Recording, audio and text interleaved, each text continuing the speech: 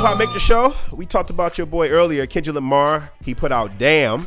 You know, he dropped that album, and the low key is already doing bigger numbers than his last album, To Pimp a Butterfly. It's up 13% on iTunes. Now, meanwhile, Drake, More Life, had broke 1 billion in streams.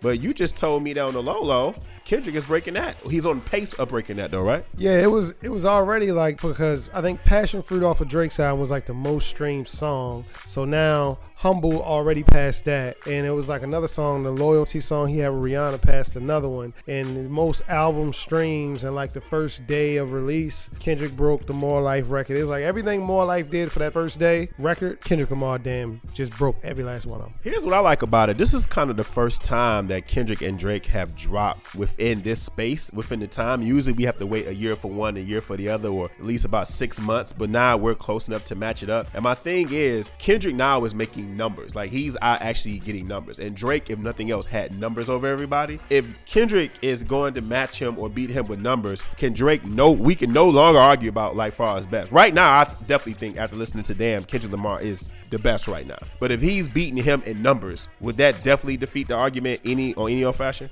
I mean, he's definitely a better lyricist. I mean, I think Drake still makes better songs, and he'll always make better songs from like a pop standpoint. Kendrick is more of a storyteller and a classic hip hop artist.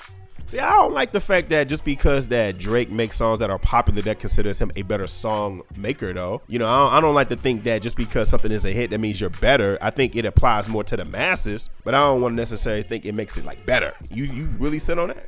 Yeah. I got you. But my problem with Drake is that I don't mind him making good songs, but I do think that his lyricism has suffered in the past couple albums. It's not as dope as he was when he first came out with that Fire. He's a little all over the place now. He's in his little reggae mode right now. I think he went to what is it called? Caravana in Toronto. Yeah. And he just kind of went crazy with it. He might be.